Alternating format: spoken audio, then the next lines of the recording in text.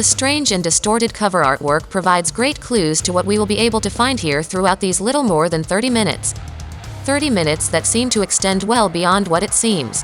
Instead of a short and urgent album, we have a unique experience in dissonance that is not for everyone. Not even for fans of technical death metal, the category the band falls into. And this is also one of their strongest points, although our less patient side can't enjoy these 30 minutes as well as one would expect. A challenge for those who think they have no limits to their appreciation of complex music. It will probably surprise you. This was a nice surprise. Not since the origins of Primordial have we seen Alan Averill, also known as A.A. Nemthinga, in a project so raw and primitive in the black arts.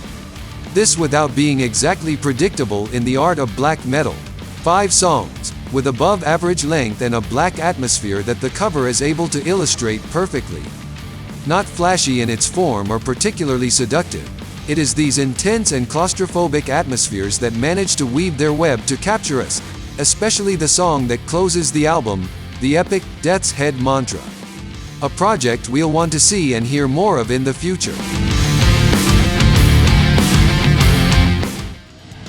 The rise of Burning Witches has been impressive, and this has been mostly thanks to a relentless will to take heavy metal to new heights. We can always be cynical and appeal to the lack of originality of the music they make, but it's more than certain that true metalheads don't look for the reinvention of the wheel. Most of the time they even show up against it, and simply for the power and strength that often seems to have disappeared from heavy music. With no lineup changes since the previous album, this is noticeable in terms of a superior and concise album that is still dynamic and varied, going from fast songs to ballads like Tomorrow, an oscillation that serves to make this work more interesting, and Burning Witches as one of the great names of the new blood of traditional heavy metal.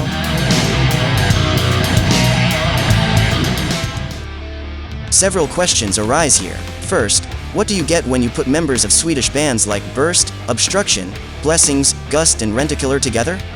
Second, what do you get when you put together the vocal energy of hardcore and the tone of Swedish death metal?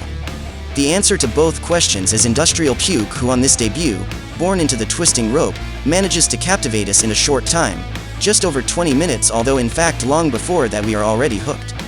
An album that asks and forces us to move, into which we obey without any problem. Undoubtedly one of the album debuts of 2023.